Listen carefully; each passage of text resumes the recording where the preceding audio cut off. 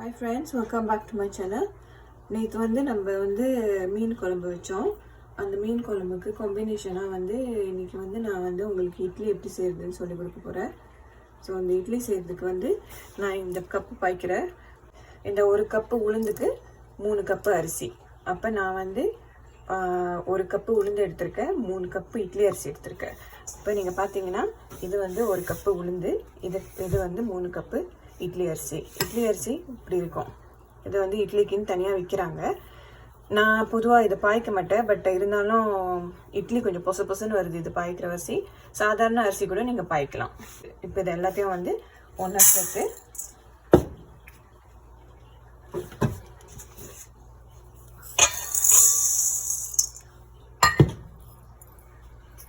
உளுந்து வெந்தயம் போட்டு நீங்கள் என்ன செய்யணும், தண்ணி ஊற்றி ஊற வச்சுருங்க. கழுவியும் ஊற வைக்கணும், கழுவாமையும் ஊற வைக்கலாம். அப்போ நீங்கள் அரைக்கிறப்ப ஒருக்கா கழுவிக்கணும். இப்போ நான் இதை கழுவிட்டு தண்ணி ஊற்றி ஊற வைக்க போகிறேன். இப்போ இதை நான் ஒரு 3-4 வாட்டி அலசி தண்ணி ஊற்றி வச்சுருக்கேன். இது நம்ம ஒரு 7 to 8 மணி நேரம் ஓவர் நைட் ஊற வைக்கணும். அப்புறம் காலையில் 7 மணி நேரம் ஊறின பிறகு காலையில் நம்ம இதை அரைச்சி எடுத்துக்கலாம். ஸோ இது இது மாவு புளிக்கிறதுக்கு அட்லீஸ்ட் 7 மணி நேரம் திருப்பியும் உங்களுக்கு தேவைப்படும். அதனால காலையிலே வெள்ளனே அரைச்சி வச்சுருவோம். நான் அரைக்கிறப்ப உங்கள்கிட்ட காட்டுறேன். ஓகே ஃப்ரெண்ட்ஸ், நீங்கள் இப்போ பார்த்தீங்கன்னா 7 மணி நேரம் ஆயிடுச்சு. ஸோ இப்போ நான் ஒரு புளி சோறு எடுத்து வச்சுருக்கேன், ரைஸு. ஸோ அதை எடுத்து இப்போ இதில் கலந்துட்டு நம்ம அரைக்க போகிறோம். ஸோ இது இட்லிக்கு அரைக்கிற வாசி நான் கொஞ்சம் திக்காக அரைக்க போகிறேன். இப்போ நீங்கள் பார்த்தீங்கன்னா எனக்கும் தோசை இட்லிலாம் செய்கிறதுக்கு வராது. நான் நிறையா எக்ஸ்பெரிமெண்ட் செஞ்சேன், நிறைய வாட்டி ட்ரை பண்ண தான் எனக்கு இந்த தோசையும் இட்லியும் வர ஆரம்பிச்சிது. ஸோ நீங்கள் இதை செய்ய தான் உங்களுக்கு மெதுவாக அந்த இட்லியோடைய தோசையோட பதம் வரும். ஸோ நீங்கள் கிவ் அப் பண்ணாமல் ட்ரை பண்ணுங்கள். நான் கொடுக்குற அந்த மெஷர்மெண்ட்டோடு நீங்கள் ட்ரை பண்ணிங்கன்னா கண்டிப்பாக உங்களுக்கும் வரும். இப்போ நான் இதை அரைக்க போகிறேன். நான் அரைச்சிட்டு உங்கள்கிட்ட இப்போ காட்டுறேன் இது எவ்வளோ திக்காக இருக்கணும் இட்லிக்கு அப்படின்னு. ஓகே ஓகே, இப்போ பாருங்கள், இது சோறு. இப்போ இப்படி கலந்துருங்க.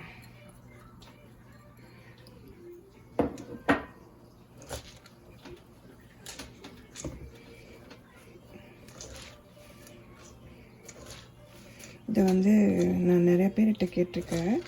அப்போ எங்கள் அம்மா சொல்லியிருக்காங்க, இந்த மாதிரி சோறு கொஞ்சம் கலந்துக்கிட்டால் இட்லி தோசை அரைக்கிறப்ப ஒட்டாது அப்படின்னு சொல்லுவாங்க. அதுக்கு தான் நம்ம பழைய சாதம் வச்சுருந்தா ஃப்ரிட்ஜில் காலையில் எழுந்திரிச்சா அரைக்கிறப்ப ஒரு புடி சாதம் சேர்த்துக்குங்க. ரொம்ப வேண்டாம், ஜஸ்ட் ஒரு புடி, இவ்வளோ புடி, அவ்வளோதான்.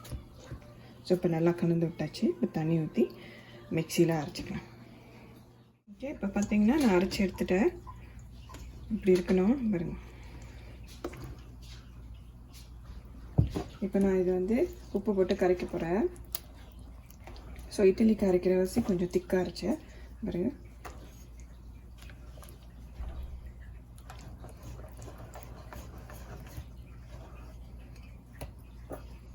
கொஞ்சோண்டு உப்பு. இதனால் எவ்வளோ நேரம் முடியுமோ அவ்வளோ நேரம் கரைச்சி எடுத்துக்கோங்க.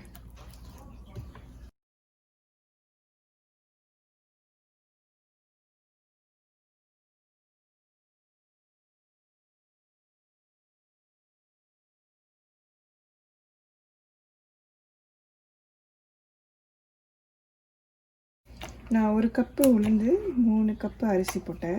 இப்போ நீங்கள் நிறையா செஞ்சு ஒரு வாரத்துக்கு ஃப்ரிட்ஜில் நீங்கள் வச்சு போகிறீங்கன்னா ஒரு 2 கப்பு உளுந்து போட்டுக்கோங்க. இது நான் இன்றைக்கி இட்லி நான் இந்த மாதிரி மாவு அரைச்சேன்னா ஒரு 2 டேஸ்க்கு தான் பாய்ப்பேன்.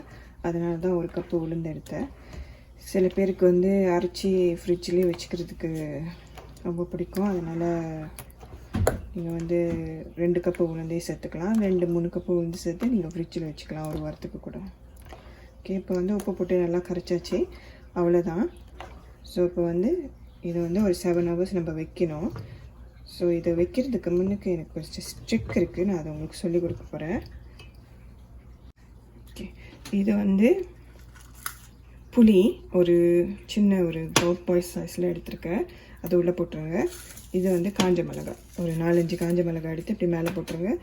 ஈஸ்ட் போட தேவையில்லை, ஈவு போட தேவையில்லை, எதுவுமே வேணாம். அவ்வளோதான். நல்லா ஒரு 7 hours நீங்கள் வெயிட் பண்ணிங்கன்னா அழகாக உப்பி வந்துடும். நல்லா ஒரு சூடான இடத்துல வைங்க. ஓகே, இங்கே கனடாவில் சம்மர்னால வீடு கொஞ்சம் சூடாக தான் இருக்குது. அப்போ 7 hours கழிச்சு நான் உங்கள்கிட்ட காட்டுறேன் அழகாக உப்பி வந்தோன்னே. வந்து ஒரு 7-7:30 மணி நேரம் ஆகுது. நான் வந்து இப்போ இட்லி மாவு வந்து எடுத்திருக்கேன். இப்போ திறந்து பார்ப்போம் புளிச்சிருச்சா இல்லையான்னு. பார்த்தீங்கன்னா நல்லா புளிச்சிருச்சு இட்லி மாவு. இப்போ நம்ம மேலே போட்டிருக்கிற இந்த காஞ்ச மிளகாலாம் எடுத்துருவோம்.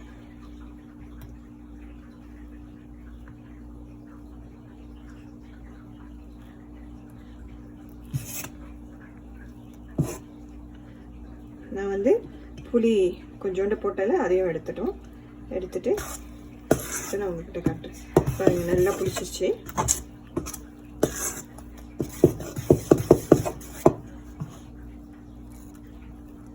இப்போ எப்படி இட்லி பொசன்னு வருதுன்னு நான் உங்களுக்கு செஞ்சு காட்டுறேன். ஓகே, இது என்னோட இட்லி பானை. நல்லா சின்னதாக கச்சிதமாக வச்சுருக்கேன் நான். ஸோ இதில் வந்து ஒரு செட்டில் 4 இட்லி அவிக்கலாம். ஸோ இப்போ நான் வந்து எப்படி உங்களுக்கு அவிக்க போகிறேன்னு காட்டுறேன். ஓகே, இப்போ இட்லி அவிக்கிறதுக்கு தண்ணி வச்சுட்டேன். ஸோ இப்போ இந்த இட்லி மோல்டில் வந்து நான் வந்து இந்த மாதிரி ப்ரஷ் எடுத்து கொஞ்சமாக எண்ணெய் தடவிக்கிறேன் எல்லாத்துலேயும். ஸோ சில பேர் வந்து சீஸ் கிளாத் வைப்பாங்க, அதாவது மலிசான ஒரு துணி வந்து வெட்டி இந்த அளவுக்கு போடுவாங்க. எனக்கு வந்து இந்த மாதிரி துணி போட பிடிக்கல, அதனால் நான் வந்து டைரெக்டாக இட்லி பானையிலே ஊற்றிடுவேன். அந்த இட்லி ஒட்டாமல் இருக்கிறதுக்காக தான் இந்த எண்ணெய் பூசுகிறேன். ஸோ அவங்களோட விருப்பம். நீங்கள் வந்து துணி போடுறதா இருந்தால் துணி போடலாம், இந்த மாதிரி எண்ணெய் தடவிக்கிறதா இருந்தாலும் எண்ணெய் தடவிக்கலாம். இப்போ நான் வந்து இட்லி எடுத்து மாவு எடுத்து கொஞ்சமாக ஊற்றுறேன்.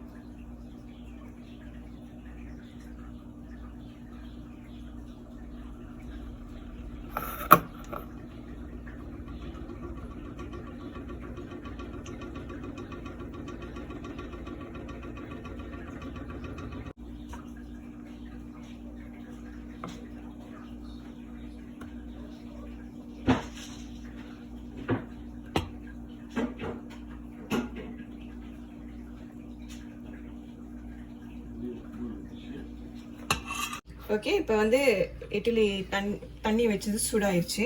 இப்போ நம்ம இட்லி மோல்டு எடுத்து உள்ள வச்சிடலாம்.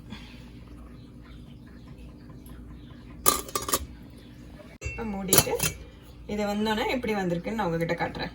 நம்மளோட சுவையான பொசன்னு இட்லி ரெடி ஆயிடுச்சு. இந்த இட்லி வந்து நீங்கள் சட்னி, மீன் கறி இல்லைன்னா சாம்பார் கூட சர்வ் பண்ணலாம். இப்போ பாருங்கள், நான் இட்லியை பிக்கிறேன். பாருங்கள் எவ்வளோ சாஃப்டாக வந்திருக்குன்னு. இது ரொம்ப ஒரு ஹெல்த்தியான ஒரு இட்லி. நான் ஈஸ்ட் எதுவுமே போடலை, வெறும் உளுந்தும் அரிசியும் போட்டு அரைச்சி வச்சது. அது நல்லா பொசன்னு வந்துருச்சு. நீங்கள் என்ன செய்யுங்க, நான் கொடுக்குற மெஷர்மெண்ட் வச்சு நீங்கள் இட்லி செஞ்சீங்கன்னா அந்த மாதிரி வரும். செஞ்சு பார்த்துட்டு உங்களோட கமெண்ட் வந்து கமெண்ட் பாக்ஸில் போடுங்க. என்னோட வீடியோ பிடிச்சிருந்துச்சுன்னா லைக் பண்ணுங்கள், ஷேர் பண்ணுங்கள். என் சேனலை சப்ஸ்கிரைப் பண்ணாதவங்க சப்ஸ்கிரைப் பண்ணிக்கோங்க. தேங்க்யூ.